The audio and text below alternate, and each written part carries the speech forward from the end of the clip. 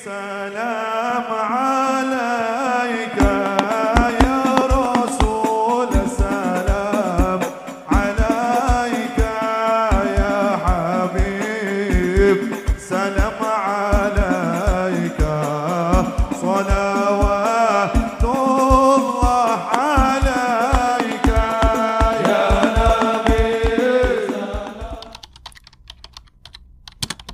Pak santri Al-Fatah kok gak nemen-nemeni sholat 5 waktu itu berarti dulu di pondok itu gagal paham istilahnya. Ketok iki ngantuk apa nglamun utawa nyeleh serandal tok ning pondok kok sampai gak ngerti nek pondok Al-Fatah di antara ciri khas pokoknya adalah memperhatikan sholat jamaah 5 waktu dan diusahakan selalu di masjid. Insyaallah semuanya niat. Kemudian yang kedua insyaallah itu di antara ciri khasnya guru-guru tarekat Naqsyabandiyah adalah suka baca Quran. Di antaranya yang masyhur yang dinukilkan dari Syekh Junaid Baghdadi sampai menjelang beliau berangkat ke akhirat masih sempat menghatamkan Quran 30 juz. Maka kalau orang pernah mondok dan pernah ketemu ayah, terutama ayah, kalau Kiai Uzairan biasanya nyuruh orang mirip-mirip aja sebetulnya, suka sekali baca Quran. Ayah sering baca Quran setiap hari 2 hataman. Beliau bilang kalau ibu saya hamil itu menghatamkan Quran selama ibu hamil itu minimal 100 kali. Dan 100 kali tapi beliau baca sendiri apa gerakan santri saya kurang tahqiq, yang jelas 100 kali. Di hiasannya imaman beliau adalah Quran. Hiasan kamar beliau Quran dengan kitab wiritan. Itu termasuk setahu saya kehidupan ayah saya begitu itu suka sekali baca Quran. Maka kita berharap semua santri putra atau putri rutin baca Quran dan punya hataman Quran. Orang yang ahli Quran nanti akan berhenti dari macam-macam keerorannya dan akan makbul doanya, wabil khusus ketika hatam Quran itulah amalan Madinah, amalan zaman sahabat.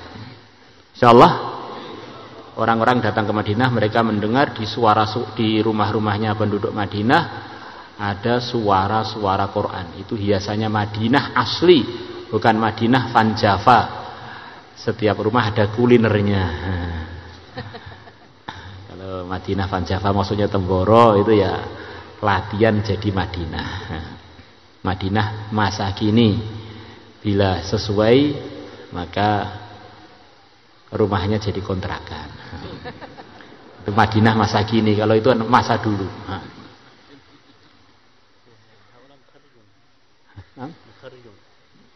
Ya kharijun kulum kharijun insyaallah. Mungkin ajib lahum kalmatain wa terjemah. Nah, tadi ana kharijun insyaallah.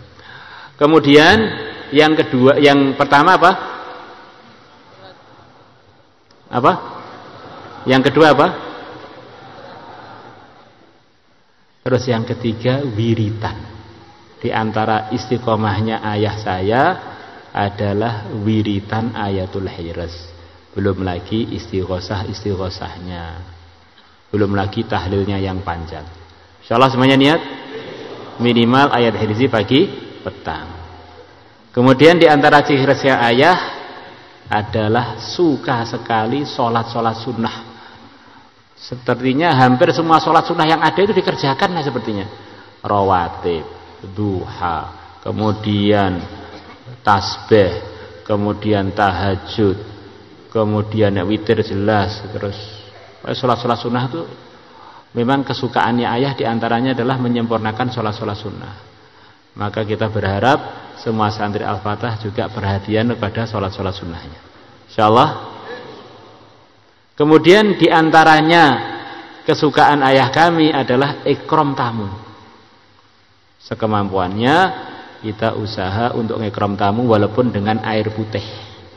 Jangan pelit dengan tamu sekemampuannya. Baik kita usaha untuk selalu ada kesiapan ikram tamu sekemampuannya masing-masing, insyaallah. Kemudian diantara yang dicontohkan ayah kami kepada putra-putranya dan diteruskan oleh Kiai Uzairan, semoga juga diteruskan oleh putra-putranya. Kalau ada keluarga-keluarga gurunya datang selalu dimuliakan, dihormati, bahkan diamplopi. Maka saya berharap ponakan-ponakan saya ini suka ngamplopi.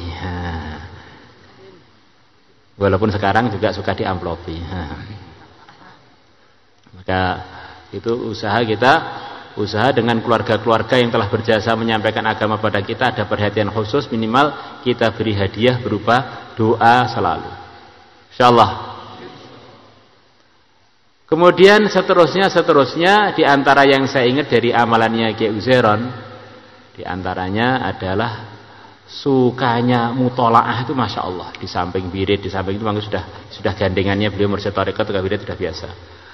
Setahu saya hiasan beliau duduk di samping kopi selalu ada. Urusan kopinya itu tidak selalu cocok untuk semua santri ya. Maka mesti hiasannya kalau saya dipanggil malam datang jam 2 saya dipanggil mesti sedang mutolaah kitab. Semangatnya untuk mutolaah itu tidak kalah dengan semangatnya pelajar-pelajar yang lagi gandrung mutolaah. Bahkan tengah-tengah beliau saya antar ke rumah sakit harapan kita itu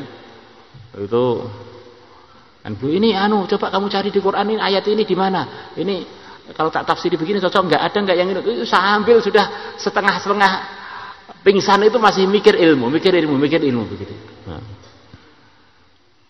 Terus waktu itu diantarkan oleh Ustadz Billah ini untuk memperbaiki jantung beliau di Surabaya. Selepas tindakan dan sebelum tindakan Noel pun saya cari ini, coba cari kitab ini. Kan enggak tawajuh apa itu tindakan aja. Wong aku kalau enggak begini enggak istirahat. Saya kalau mikir-mikir begini jadi ayem. Masa kok di rumah sakit suruh diem aja. Ini udah saya sudah banyak istirahat ini. Maka saya sibuk nyarikan apa, bahan-bahan untuk beliau mutolaah karena beliau kan enggak bawa kitab. Akhirnya yang nyarikan saya. Masya Allah. Ini salah satu bagian dari yang saya kenal dari Kiai Uzairon. Termasuk ketika bayan, ayo coba ayat ini saya bacanya benar gak ini? Ya benar. Nanti kalau bayan dengarkan ya, kalau ayatnya yang tidak salah nanti biar ada revisi selanjutnya. Selalu siap untuk dikritik. Selepas bayan, beliau bilang, gimana menurut kamu bayan saya? Bagus. Kecuali yang ini saya kok kurang setuju. Masa kurang setuju? Kenapa kurang setuju? Alasan saya begini. Akhirnya dialog. Kadang-kadang ya beliau menerima usulan saya, kadang-kadang beliau menganggap apa yang beliau sampaikan sudah pas, maka terus. Hampir tiap bayan di markas itu selalu lepas itu, gimana? Bayan saya tadi gimana? Menurut kamu gimana? Ada yang perlu disangkal apa tidak? Coba kalau sikap kita begitu itu kan bagus. Insya Allah alumni akhirnya tidak meneruskan kesalahannya. Tidak meneruskan tidak mutunya bayannya, tidak meneruskan kelirunya dalam menukilkan firman-firman Allah dan hadis-hadis Nabi. Insyaallah semuanya niat insyaallah. Apalagi ciri khasnya tadi? Wiritan, sholat jamaah, maca Quran, terus apa? Mutolaah. Di antaranya lagi istiqomahnya Kiai Mahmud, amalan-amalan puasa sunnah. Puasa sunnah penting kan? Ya, kita usahakan punya amalan puasa-puasa sunnah. Insyaallah. Kemudian ziarah kubur. Sukanya ziarah kubur di Temboro maupun di luar Temboro. Kalau di luar Temboro, kalau pengen kenangan Kiai Mahmud biasanya ya Sunan Ampel yang sering ya. Sunan Ampel, Mbah Said Sulaiman, Batu Ampar ya, kan agak jauh jarang-jarang. Kalau yang dekat sini ya Mbah Sisidik, kemudian Mbah Sonto, kadang-kadang Mbah nggak pernah diajak, tapi ayah Mbah Rangkusumo, tapi saya nggak hadir waktu itu bersama Bupati Magetan. Kemudian ke Ngelengki, Bapak kadang-kadang ziarah ke Ngelengki. Ngelengki itu adalah neneknya ayah saya dari ibu, namanya Syarijah. Itu adalah putrinya Kiai Ngelengki, nikah dengan Kiai Sobontoro, kemudian punya putra putri, diantaranya adalah ibunya ayah kami. Alhamdulillah. Itu kurang lebih yang saya tahu, yang bagaimana semua alumni ini memperhatikan hal-hal tersebut. Kemudian yang sangat kelihatan dari kehidupan Kiai Uzairon maupun kehidupan ayah kami, kalau ada masalah itu tampak kalau punya iman yang melebihi umumnya orang. Jadi kalau ada masalah itu istighotsah, anak sakit istighotsah. Dulu nggak pada kenal rumah sakit. Kiai Uzairon waktu itu pingsan 1 harian lebih. Ayah baca Yasin, baca khatamkan Quran, terus ditiupkan air, diminumkan Kiai Uzairon. Akhirnya hidup lagi, Masya Allah. Sudah nggak sadar sekian lama. Jadi seperti kami dulu kalau sakit jarang ke rumah sakit, awalnya itu mesti diminumi air Quran, air Quran, air Quran. Jadi jamunya itu Quran, jamunya Quran, ayat irzi, Quran, ayat irzi. Alangkah baiknya itu kalau jadi bagian dari kehidupan kita. Insyaallah. Dulu katanya ayah pernah, ibu saya sakit keras, nggak sembuh-sembuh. Akhirnya ayah saya kasihan, ibu saya nggak sembuh-sembuh. Beliau meletakkan Quran di kepala beliau, ya Allah pindahkanlah sakitnya istri itu kepada saya. Katanya ayah langsung ambruk, nggak bisa berdiri. Nggak jadi sembuhkan aja. Jadi sakitnya itu pindah, ibu langsung sembuh, tapi ayah langsung nggak bisa berdiri. Ya. Terus doanya dirubah, bisa berdiri lagi, ibu juga sembuh, ayah juga sembuh. Ya. Ini cerita-cerita yang penting untuk kita punyai biar kita ada semangat juang. Insyaallah.